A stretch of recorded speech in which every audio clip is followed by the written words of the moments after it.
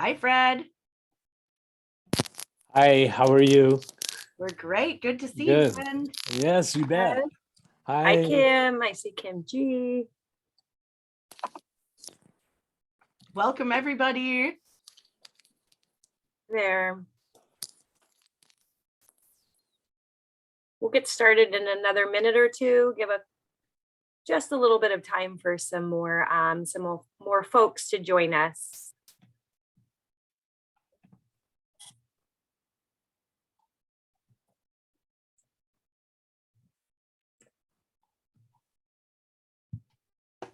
We've got a speech language pathologist here. I love it when we get people outside of, teaching or directly in the classroom.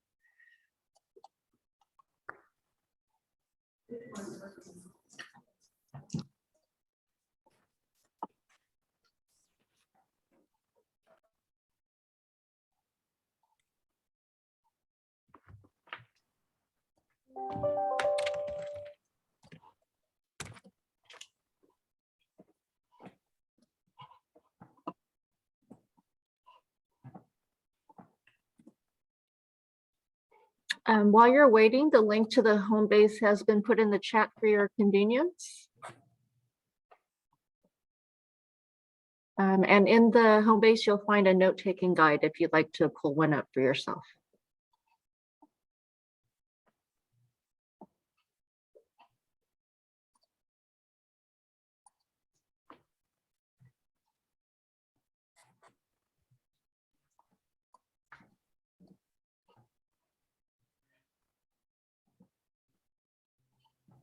All right, it is a minute after 3:30, so I think we'll get started. Thank you again for joining us for our Designing for Inclusive Literacy Learning series. We are on our 7th session, I believe, to support inclusive literacy. So tonight or this afternoon, we will be discussing literacy across disciplines. I know we're very familiar with chat, but just a reminder that at any time, please feel free to use the chat. If you want to introduce yourself, ask or answer a question, share an idea or a connection, or possibly hyperlink a resource that you think another participant might be able to use. And also when you're responding or sharing things in the chat, take a look at who you are sending it to. If you want to make sure it's going to all the participants, make sure that it is the drop down is set to everyone. Okay, fabulous. So we'd like to just warm ourselves up here. What is a warm weather activity that you enjoy doing? Feel free to unmute yourself if that's an easier, more familiar way for you to communicate, or throw it in the chat. Something that you're looking forward to now that hopefully wherever you are, the weather is getting warmer. I know we are out here in California, although it doesn't really get too cold out here. So something that you're looking forward to, swimming and water polo. Yes, swimming is mine too. I'm throwing in swimming. That is my thing. Ooh, dining al fresco with friends. I love that this is a word that we all use just regularly now. Al fresco, I feel fancy getting to say it. Running, I wish I were you, Mikey. I wish I could say the same. I don't love running, I wish I did. Swimming in the beach, I'm with you on the beach. Tide pooling, good stuff. My little diddles love to tide pool with me. Hiking, I just went hiking yesterday. It was absolutely beautiful. It's still chilly here in the morning, so I can get a good hike in if I get out there early enough. Swimming laps, I'm with you, Liz. I love swimming my laps. I'm looking really forward to it, sitting outside in the backyard. Okay, this was a great warm-up question because everybody weighing in. And lots of beachiness. I love all of the beachiness. Lots of fit outdoor people. Yeah, there is. That's true. All right, fabulous. Thank you for throwing that out there, friends. Okay, so today you may want to use the note-taking guide that we have provided for you. The link is inside our home base. The home base link is inside the chat. We also have the slide deck link in the chat, and all of the links in the slide decks. Wow, I'm having a hard time saying that. All of the links in the slide decks are live as well. So you can access through the slides themselves or through the home base.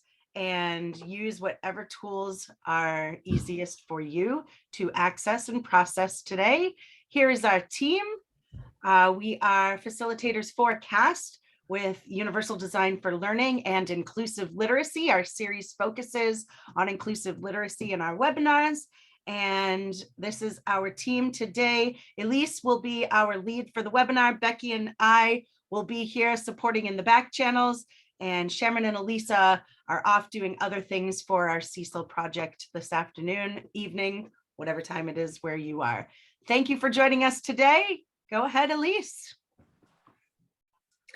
Thank you, Wyatt, and thank you, Becky. Hi, everyone. I'm Elise Yerke. I'm with Los Angeles County Office of Ed, and I'm really happy to be presenting to you today on literacy across the disciplines, also known as literacy across the curriculum. So my colleague Chanel Young-Smith is here, and I stole this quote from her, so I'm so glad she is here. Hi, everybody. Hi, Chanel.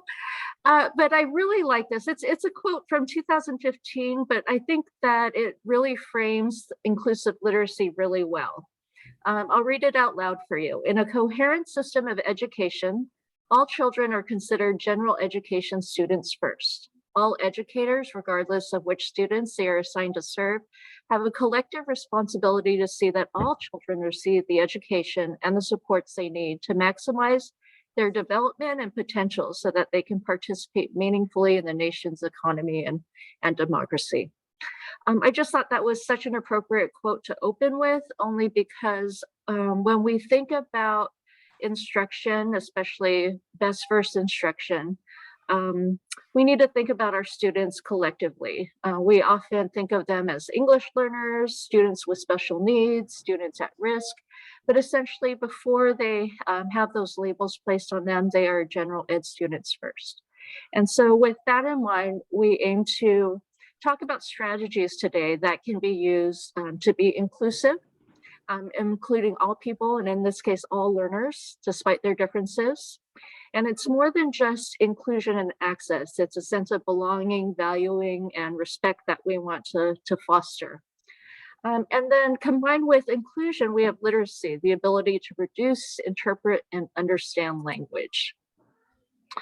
So we define that broadly here at Cecil, where we talk about expanding the definition of literacy to include communication, problem solving, critical thinking, and multiple forms of media. And we do that by providing options to students to progress in content area or disciplinary literacy. I heard a colleague speak last week, and she made a really good point about what inclusion truly means. Because if you do have students included in a general ed classroom, and those students are English learners or students with disabilities, but they're getting D's and F's, is that truly inclusion? And are you truly providing the means of access for all students to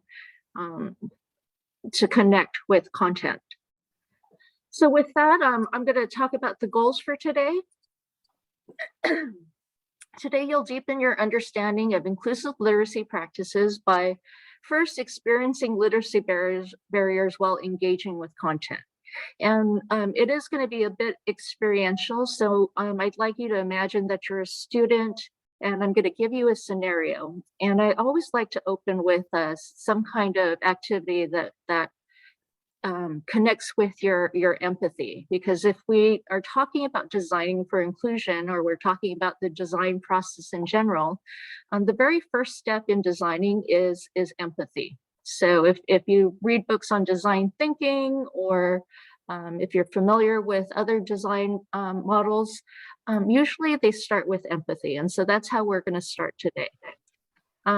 We are then going to look at strategies to provide students with multiple means of access to content. So I'm going to now ask you to engage in this activity as a student. And if the language that's represented here is one that you're familiar with, I'm going to ask you, for the sake of this activity, not to translate. So imagine you're in a classroom and you come across content that is not in your language, in your native language, or the language that you're most familiar with. So at this time, I'd like you to go ahead and just read what's on the screen and type in the chat, what is your reaction? And that could be a cognitive reaction. It could be an emotional reaction. It could be how you feel in this social context. I'm going to give you a moment to go ahead and share that in the chat. If you're seeing this, and if you are a native speaker of Spanish, go ahead and please share how you feel as well. So we'll give you a minute to go ahead and respond in the chat. What are you thinking? What are you feeling as you see this?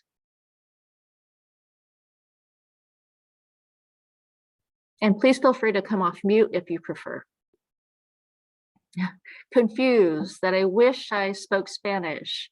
Partial understanding, had to read twice. I have questions. Anxious, wish I knew more. Lost, what is this all about? I would be looking around to figure what I'm supposed to do.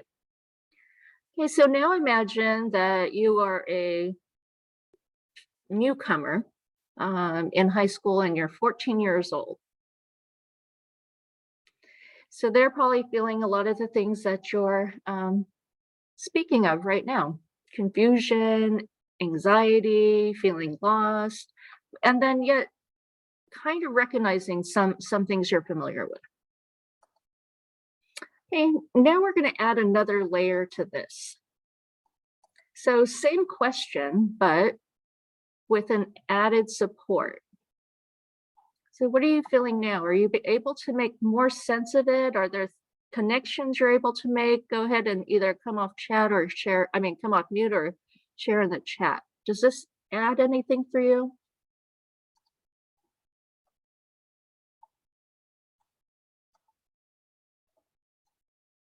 And then Becky and White, if you don't mind monitoring the chat and just reading off a couple of things that are shared. So now that you have the visual, a lot of friends are saying, okay, now I know that it's math. So now we can at least identify what content area that we're in. Okay. People's anxiety is starting to get lifted. Some friends could even solve the problem now. But still some of us are feeling, I don't want to get called on yet though. Like I'm somewhere closer, but I don't want to get called on yet though. Gosh. And others are making connections between the cognates that they understand in the Spanish to English words. That's good. So that added a little bit of perspective for me because when I first saw it, the language, I did recognize, words like cognates, like equación, solución. And so I knew it was math. But to hear that, oh gosh, there are other people at a different starting place where they're still trying to identify the content area. So thanks for sharing there. Okay, so now it's in a language that most of you are familiar with, or actually everyone here should be familiar with. It says, choose the ordered pair that is a solution to the equation represented by the graph. Is anybody breathing a sigh of relief? I'm going to pose another question. So we addressed the barrier of language. Now, even if you do speak English, are there any barriers that might still exist, and what are they? So say you're a native English speaker. Is there anyone that we work with who might still have issue, even though it's presented in the native language, it's presented with a visual? And that's a rhetorical question. So yeah. Students with disabilities, the most common disabilities are specific learning disability. And within that category, students with reading disabilities. So even if you put the instruction in a language that students understand, some barriers might be the actual decoding of that. It might be vocabulary. It might be even navigating the text in the white space.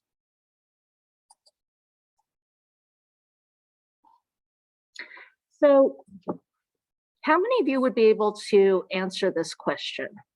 Go ahead and give me a thumbs up or yes or no in the chat. Anybody already know the answer to this question? Okay. Dr. DeRoss, thank you. Wyatt. So even if you don't remember your algebra, some of you could just by deduction, probably answer this correctly, right? Some of you are great test takers and you might say, oh, 0, -3, where's that? Okay, that's not on the line. 2, 0, okay. How about 2, 2, and oh, -3, 0. Oh, well, that's the only ordered pair on this line, so that might be the answer. So this question is from an actual test that was given to a group of high school students. And it was identified as the most commonly missed question based on looking at the data, doing a response analysis, error analysis on the group of students who took this. And it was a relatively easy question on this test. And so the teachers were puzzled. Why would students miss this question? And of course, they always go back to instruction. Like, how do we teach this in the classroom? And then sometimes we think about the supports we give. Like sometimes we want to translate things for students, but in translating things for students or in scaffolding things for students, we lose maybe some conceptual thinking, we lose rigor. And an easy way to rephrase this is, which of these ordered pairs is a dot that can be found on the line? However, does that address the goal of the lesson? So let's look at the actual learning goal of the lesson. So if you looked at the blueprint for this test item, the learning goal or the target that it's aligned with is that the student will understand that the graph of an equation in 2 variables is a set of all its solutions plotted in the coordinate plane, often forming a curve, which could be a line. I'm going to let you read that to yourself because that takes a little bit of processing. So I'm just going to be quiet for about 30 seconds while you go ahead and read that to yourself.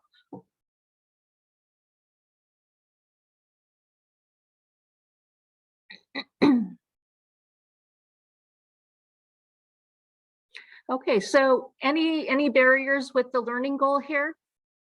So even though this is presented in English, plain language, what barriers might students face, even if you shared the learning goal? Go ahead and share in the chat or come off mute. It's a run-on sentence. Yeah, so it's a complex sentence with a lot of language, vocabulary, academic language, a lot of terminology that I may not know. Mathies. Yes. So imagine that a classroom teacher presented this in a classroom and was teaching how you do it and simplify the language by saying what ordered pair is on the line. That is vastly different from this learning goal here. So one thing that we can do to support inclusive literacy is to make sure students understand what a learning goal is. And when you do things like a simplified language or say which dot is on the line, you're losing so much of what the actual learning target is here. So let's break it down. The student understands that the graph of an equation, so let's stop there. Here's a graph of here's an equation. Here's the graph of the equation in 2 variables. So I know variables are X and Y, is a set of all its solutions plotted in the coordinate plane, often forming a curve, which could be a line. So the answer, or D answer, as somebody in the chat said, was -3, 0. And so we see that right here. But really, we're making a leap from just giving the right answer here to truly understanding the learning goal, which is that any ordered pair on this line is going to be a solution to this equation. And to be a solution, you have to have a statement that is true. Does 0 equal 0? That's true. So really, when we're looking at the graph of an equation, the line represented by that graph and any point on that line, even off, even if we were going to go beyond and imagine going beyond that line, any point on that line would be a solution to the equation. So that's the concept that we're dealing with. And so we need to think about designing options to reduce barriers. So offering ways to customize the information, the display of information, offering alternatives for auditory information. So imagine if I was delivering this webinar with no slide deck, with no visuals, and it was just me talking, or offering alternatives for visual information. And then language and symbols was identified by you as a major barrier, major potential barrier. So doing things like clarifying vocabulary and symbols, clarifying syntax and structure, supporting decoding of text, mathematical notation, promoting understanding across languages, and illustrating through multiple media. Now, the example I showed you was an example that would provide support to an English learner. But if you think about all those supports, someone who is dyslexic or someone who has difficulty reading might view reading as a foreign language, or someone who is a math or science learner might view the vocabulary, the tier 3 vocabulary in that learning target as something foreign or unfamiliar. So I'm just going to ask you to kind of expand on the thinking and think about it in terms of not just support for English learners, but for support for all students. Okay, so let's revisit. So this was the first slide that you saw. Whoops.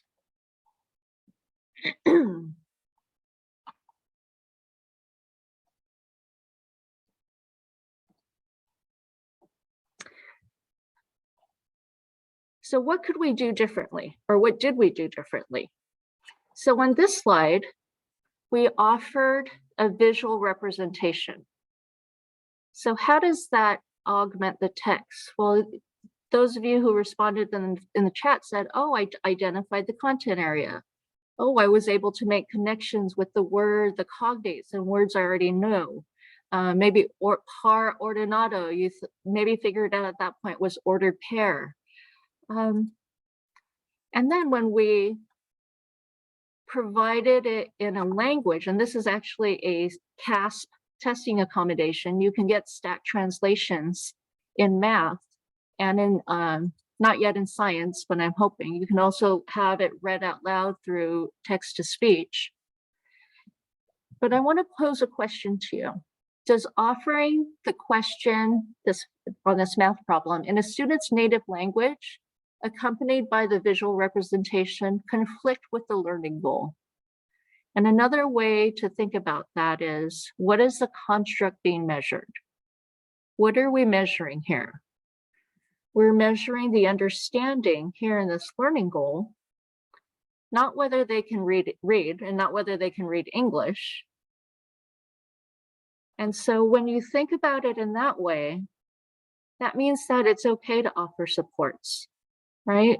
Sometimes when we offer supports, we'll get responses like, oh, now we're giving them an unfair advantage. And that brings us to that question of equality versus equity versus universally accessible content.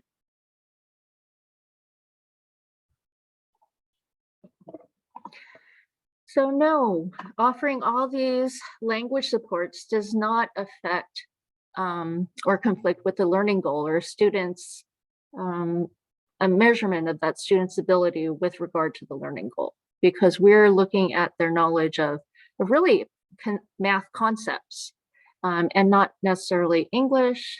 We also are not measuring their deductive reasoning or their ability to be a good test taker, although sometimes that's an unintended consequence.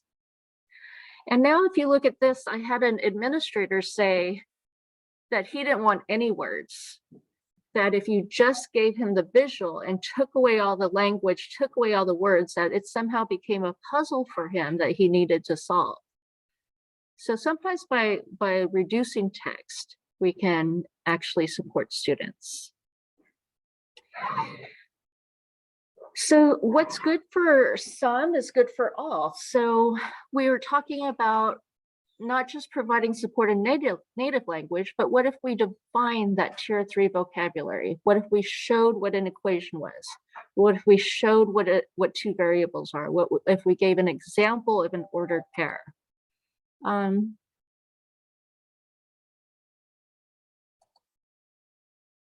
So I'd like you to just stop now. I'm going to give you some thinking time. I'll give you 1 minute of thinking time, and I'd like you to share in the chat or come off mute and answer this question. In what ways does anticipating the variability of learners and potential barriers they might face help one to design for inclusive literacy? So I'll give you 1 minute of thinking time, and then I'm going to ask you to please share in the chat or raise your hand and come off mute. What was it like to engage in that activity for you, and what thoughts are you contemplating now?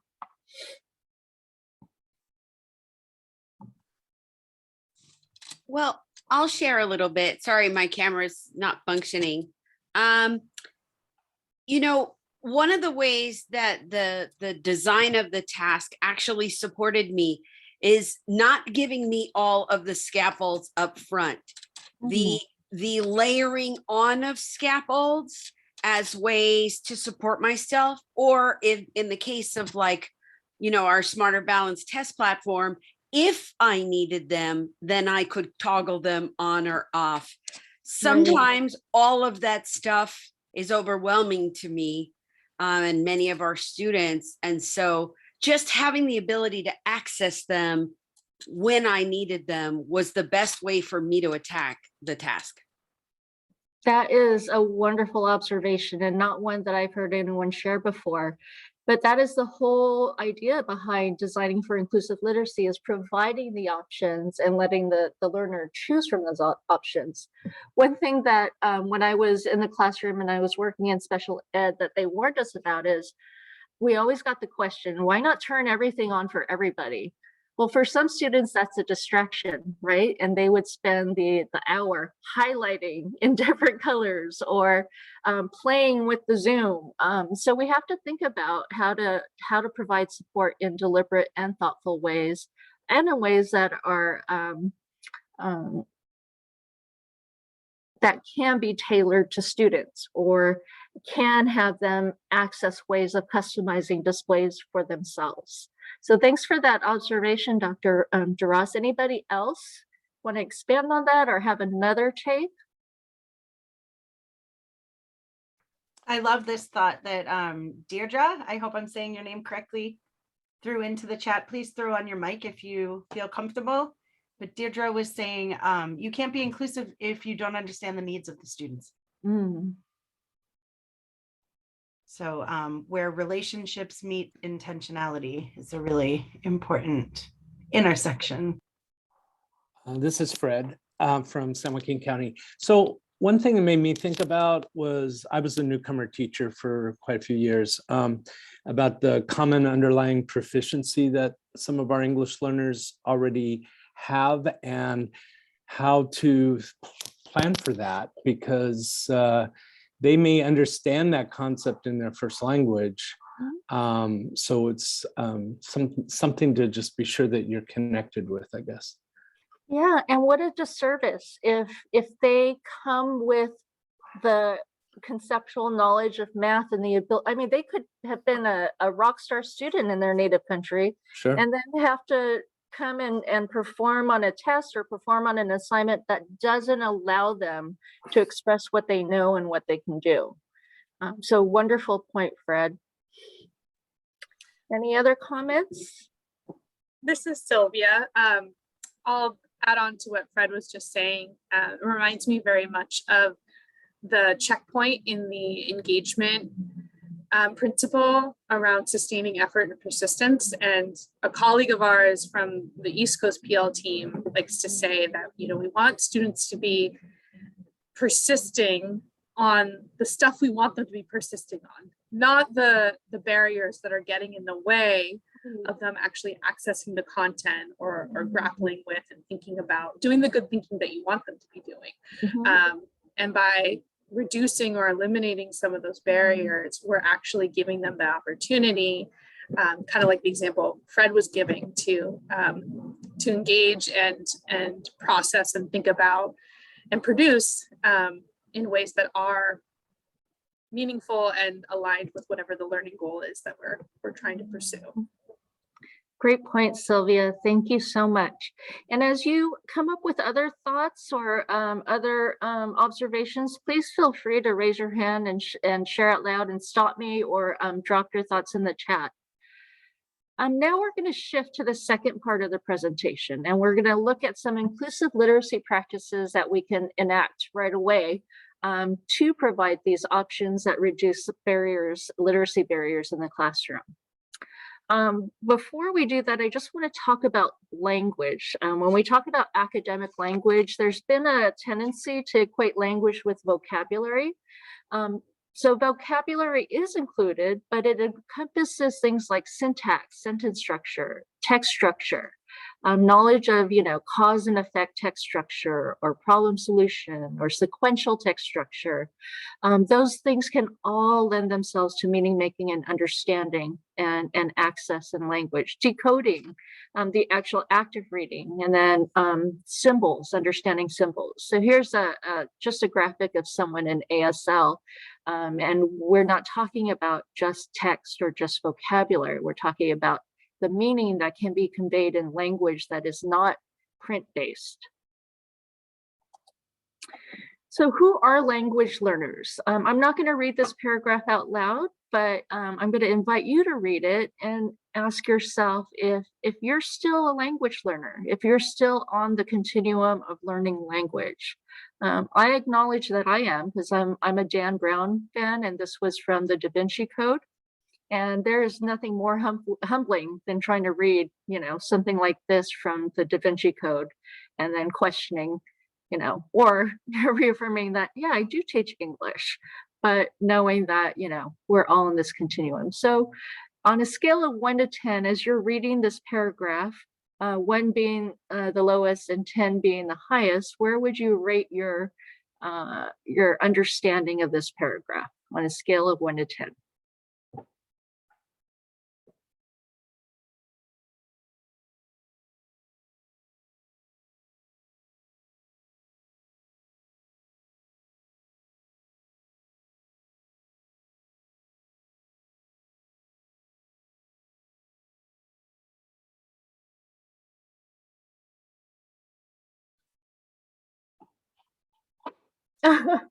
Who put 39? I want to see that.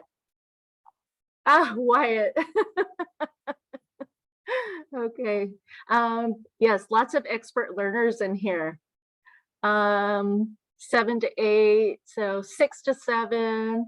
Yeah, does anyone know what corporal mortification is? I had to look that up.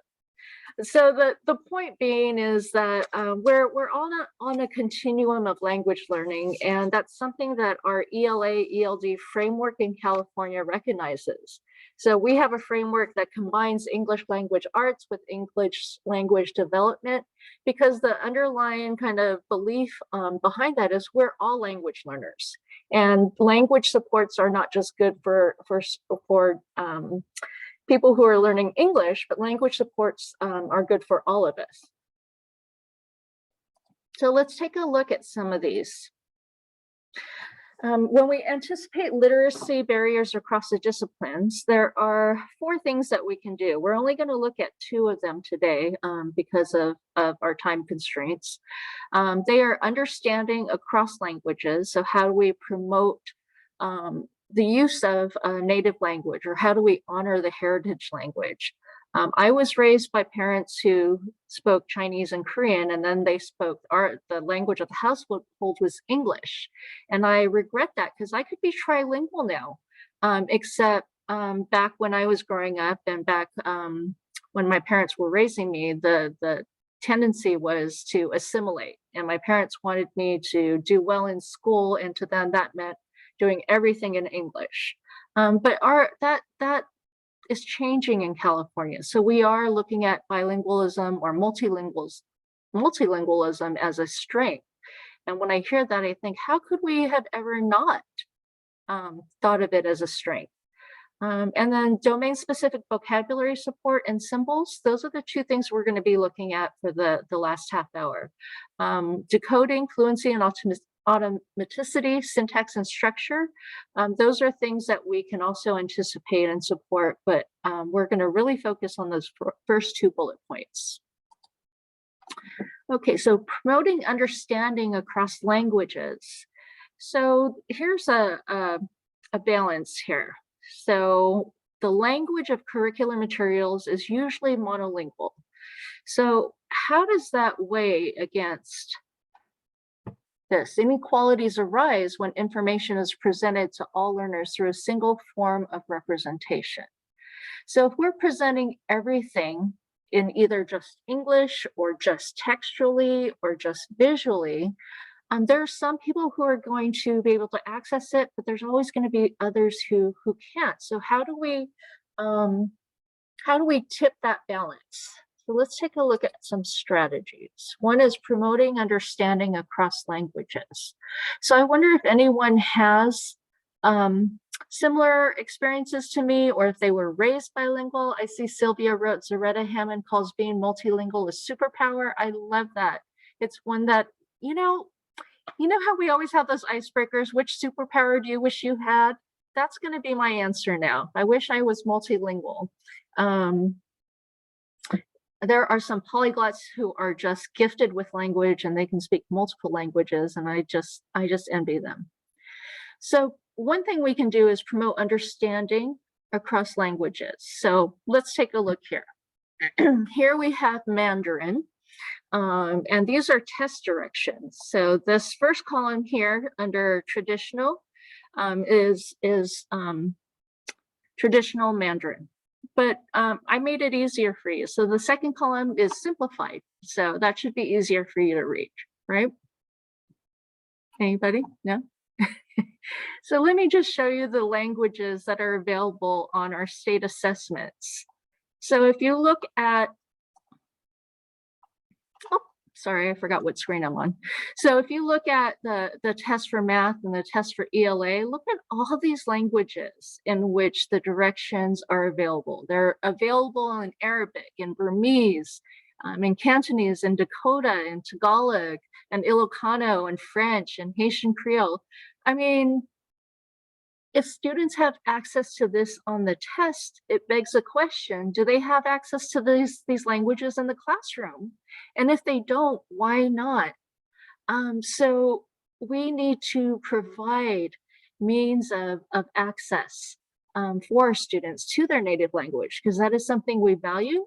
That is something that is a superpower and an advantage, and something that we can draw upon in the classroom. So this is what the translation is. Move the object to a new location and click the mouse button to place the object. Release the mouse button to place the object where you want it.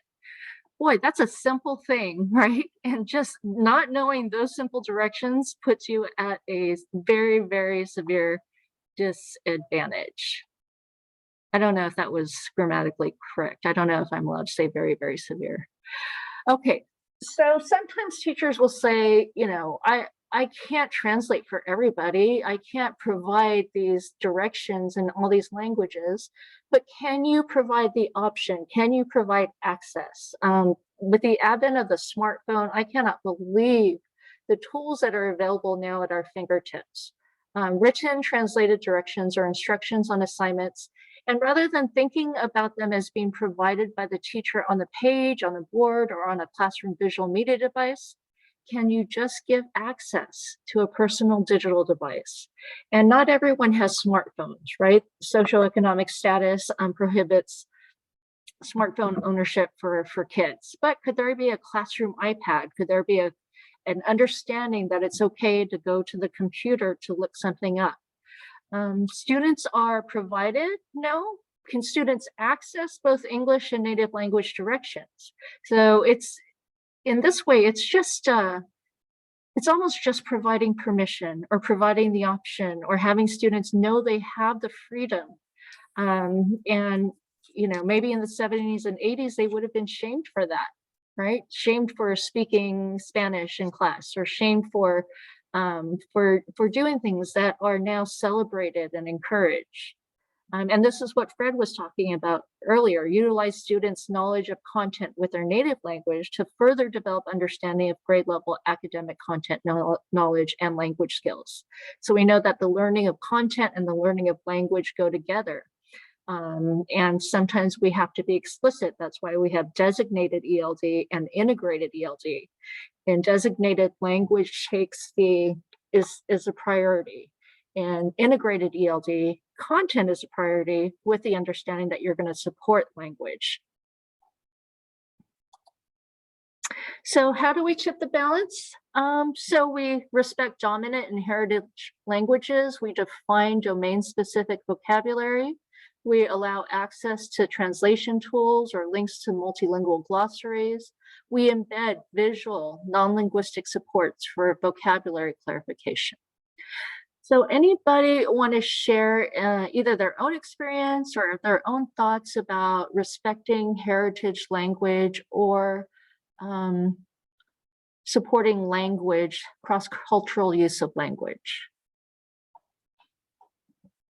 I see in the chat, in the 70s, I remember learning that we were going to get bilingual education. I didn't understand why people were so upset about it. And I waited and waited until schools started teaching us a second language because I thought it was going to go both ways. Gosh, and we have dual language schools now with waiting lists, right? I mean, what a 180. When languages are affirmed, we're affirming diverse identities and their gifts and talents. And I love this shift. I wish I lived in a time where this shift was present. Katie or Becky, do you have anything that you want to highlight from the chat that I may have missed?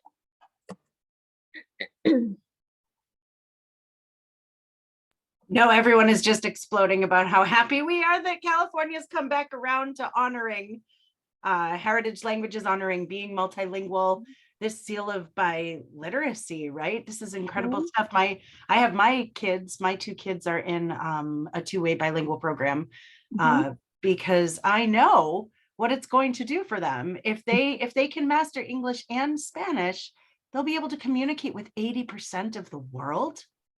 80% of the world. This is building bridges, not walls, friends, right? This is powerful stuff. Definitely. So let's go on to the next support that you can offer in classrooms. Everyone here, I'm sure, has already learned about the 3 tiers of vocabulary. Tier 1 vocabulary, just words you learn in conversational use. And Tier 2 vocabulary, the academic language words that are used across content areas, words like justify and analyze and evaluate. And then the very specific Tier 3 domain specific words, those would be like coordinate plane, ordered pair. And the mistake that sometimes teachers make, or we as educators make, is that we spend a lot of time on that Tier 3 vocabulary. But if we look closely at those Tier 3 vocabulary words, those are the least frequently occurring words with the narrowest applicability. However, they're crucial for knowledge acquisition in the content areas. So it does kind of make sense that you want to spend a lot of time on it. But how do you want to spend that time, especially for students for whom literacy might be a barrier? Do you want them to be writing these Tier 3 words on a card and writing down the definition and then memorizing them and using them in a sentence? Well, that's going to be very difficult because domain-specific vocabulary is best learned in context. So how will they think of a sentence to use this? How do you use coordinate plane in a sentence if it's very narrowly applicable, it doesn't occur a lot, and here you are assigning a vocabulary assignment where you're like, now use it in a sentence. So what we know about vocabulary instruction, especially Tier 3 words, is we need to teach them in the moment, in context, and it's best to just provide these definitions to students. There On the next slide, I'm going to be sharing some resources for you. I wanted to talk about access and equity in every curriculum framework, in every content area framework in California. There's a chapter on access and equity. And UDL is explicitly called out in these chapters, Universal Design for Learning. And in the context of CECL, or our project here, we're using UDL as a lens to foster inclusive literacy environments. So there's a vignette of a high school biology class in which a teacher employs UDL in order to reduce those literacy barriers. And some of the things this person does are activate prior knowledge, which is really interesting because I had a discussion with another group where a district that said they have so many English learners and their main challenge is to activate background knowledge.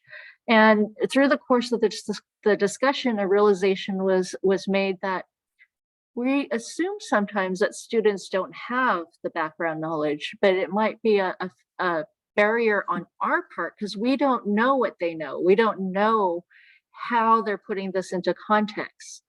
So it's almost like we have to activate our ability to activate prior knowledge. This teacher also previewed key terms by providing a document that clarified domain-specific vocabulary. He just gave them the definitions. And then he used the definitions in words and illustrations. He varied methods of response, provided video examples with a transcript.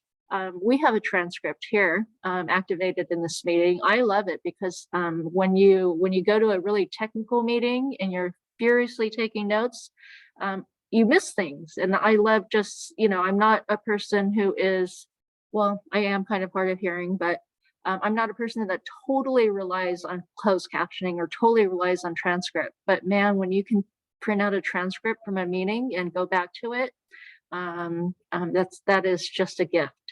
Template with scaffolding. So I just wanted to highlight this specific resource because here's a slide in which you can kind of deepen your own learning or investigate other resources. So you can look at what I just described, the biology lesson vignette. You can look at other resources such as Achieve the Core, how to choose the words to teach. Tier 3 strategies for middle school, looking at construct relevant vocabulary lists by grade level. And how many of you have seen this from Smarter Balance? Any thumbs ups or yes or no's? These are called the construct relevant vocabulary lists from Smarter Balance in Math and ELA. So a couple of you, Liz and Jenna, and I wonder if you guys are TOSAs or administrators or instructional coaches. Because not a lot of people know about these, but I'm going to show you this because this is pretty, if you haven't seen it, it'll blow your mind, especially if you're an education nerd, which I'm going to guess there might be a few of you in this room. Okay, so this is a resource that Smarter Balance put out a long time ago, but they revised it just a few years ago in 2019. And construct relevant just means, what do students need to know in order to navigate math? So let's look, for example, at 3rd grade, and I'm going to zoom in for you. So in grade 3, and math people actually did this by target. The ELA people did not do this. I don't know if there's something about math people where they like to categorize and get specific, but I love that they did this. So in 3rd grade math for target A, look at all the words that you need to know. And then look at all the words for various targets, all with 3rd grade math content. I'm looking at words that might provide a challenge for students. Estimation, place value, denominator, kilogram, time intervals, metric, what's a scaled picture graph, line plot, plane figure, quadrilateral. These are 3rd grade construct relevant math terms. And you're what, 9 years old in 3rd grade, rhombus. Now, they've done this for every single grade. what are all the vocabularies? So wouldn't it be nice if teachers had this resource and they knew ahead of time the language that students needed to access the content area learning? I'm just going to quickly scroll to high school just so we can see the difference. Polynomial, let's see, coefficients, distributive property, system of inequalities, absolute value fraction, increasing interval, x-intercept. So these are tier 3 vocabulary words that students need, and here they are all in kind of one spot for you. So that's another resource there. So again, this is a slide for after the workshop, this 1-hour workshop. If you wanted to further investigate, you have those resources there for you.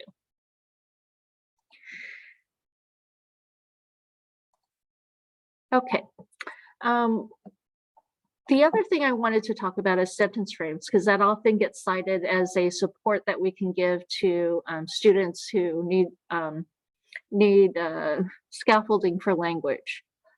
However, the sentence frames we usually give them are very simple sentences. So one thing that we can start doing is providing rigorous sentence frames for vocabulary, but also for sentence structure, and to model the way that we speak in complex sentences or compound sentences or complex compound sentences.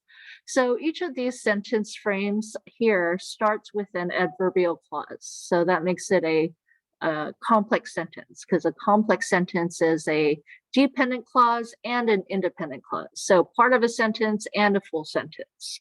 And they usually start with adverbs, like I don't know if you've heard of the awubis adverbs, although, while, besides. So let's look at some of these examples. Here's one for econ. In contrast to fixed expenses, variable expenses blank. So not only are you providing a sentence structure, but you're providing a cognitive support for thinking structures by using compare contrast. The second example here, in addition to precious commodities, comma, the Silk Road allowed people to exchange blank, blank, and blank. So here's a sentence that helps students extend their thinking beyond just the material things that were traded along the Silk Road, right? So they might answer fur, they might answer spices, right? If you said the Silk Road allowed people to exchange blank, blank, and blank. But by putting that phrase in there, you're extending their thinking to think about what was exchanged in addition to material things. So they might say culture, religion, language. And then here we have thinking that supports analogy. If a human cell were a city, then mitochondria would be the blank. And then finally, our last complex sentence, although technology contributed to industrialization, again, eliminating kind of the first response that we know technology helped industrialization. But what were other influences? Other influences included blank and blank.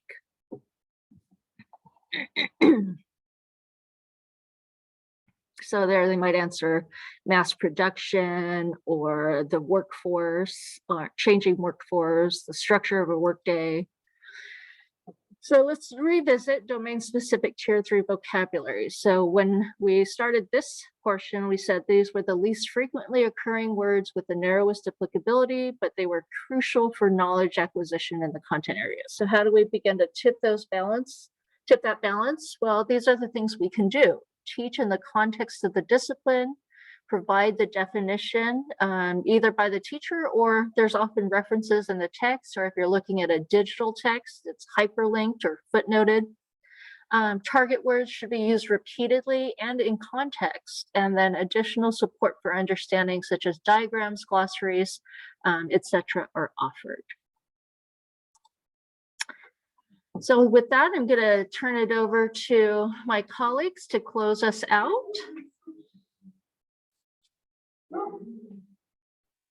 Okay, friends. So we just want you to take a moment and think Well, first of all, I'm just going to name that Becky is working on new links for those 2 documents that you didn't have access to. So she's putting them into the chat right now. So you might want to grab those as she puts them in. She just put in the math one, and she'll be doing the language arts one in just a moment. So go ahead, grab those links, copy them, bookmark them.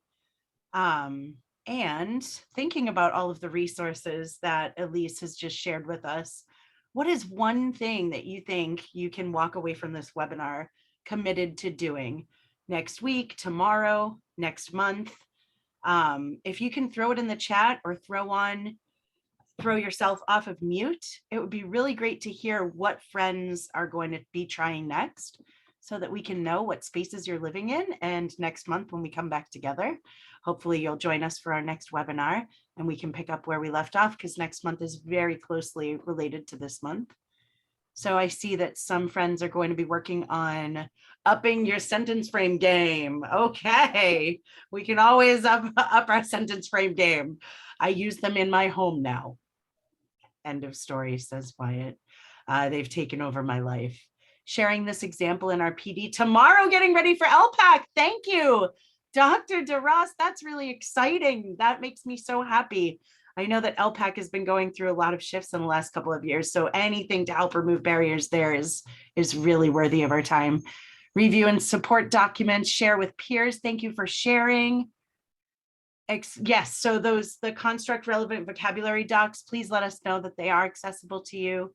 And if you can use them in any way, please let us know. You know, our emails are on our slide deck. You can always reach back out to us. Let us know what's working. If you come across another tool that might help, another resource that you found on this or any topic that works, we love sharing, right? That's what educators do best, is share, right? That's our thing. Oh, you just reviewed this with 6 through 12 teachers last Friday. That's amazing. Fred, what did you review? The tiered vocabulary. I think a lot of teachers take for granted that kids have all this background, and just because they do doesn't mean their kids do, obviously. But I do remember my English learners just so literally, you know, they take a sentence and they break it apart and they try to make sense of it. And you know, I just wanted to have them understand that, you know, they get thrown off by that vocabulary because they're trying to figure out, well, what does that mean I have to do? Am I comparing something, or am I, is this a cause and effect, you know, sentence, you know? So a lot of that vocabulary leads you into, well, what is the task going to be, I guess, you know, so that's why I said that. Yeah, Fred, I think you're touching on like those language functions, right? When we're Yeah. starting to get into like the sentence patterns of how, if we're working on compare and contrast. So this Yeah. is what we're getting into next month. Oh, Sylvia. good. Oh, good. I'll be there. Okay. Yeah, but this leads us right into there, how those sentence patterns and they go across the disciplines, right? Because no matter what we're comparing and contrasting, and sentences will look, sound, and feel similarly. It's really fun when you're doing metaphors and idiomatic phrases. They just what? Oh, we could have a lot of fun, Fred. Oh yes, absolutely. Educator nerds unite. There you go. Yeah, Fred and anyone else who's interested, this is in the slide deck. It's just hidden. But if you wanted to look at signal words that go with specific text structures, there is a document in the slide deck that Super. yeah, that Thanks. highlights all the signal words that maybe are used in a expository text structure for description, or signal words used for expository text structure and cause and effect. And so this was a really great scaffold I used to use that if they don't know the text structures, at least they can start to learn them by recognizing the commonly used signal words associated with that text structure. Thank you. And I appreciate Becky just dropped in the chat the registration link to next month's webinar, as well as the feedback for today. Yeah, so a lot of what we talked about today, Wyatt and I will be talking about more next month. And there might be a little bit of magic to it. I don't know. I'm just gonna put it out there that it could be a little sprinkle of something magical. It'll definitely be entertaining. We know that with Wyatt and Sylvia. Sylvia Wow the leading. crowd, wow the crowd. Exactly. Yes, yes. And please fill out the feedback. We really take your feedback to heart and use it when we're designing our next session. So thank you all so much. We also want to share our project. Every month we publish a few resources that go along with our monthly theme. So here's our website if you're interested in looking over any of those resources as well. So I just dropped that in the chat. So thank you all for joining us. We know it can be hard on a Monday after a full day of work. I also want to shout out, I see an old colleague, Dr. DeRoss, who led the very first UDL session I was ever in. She is a colleague from LAUSD. So it was really nice to see her joining us. So great. Thank you, Becky. That's very sweet of you. Yeah, I'm a UDL disciple to my core. Awesome. awesome. Love it. Thanks everybody for coming. Thank you, Hopefully we'll see you everyone. next month. Take care.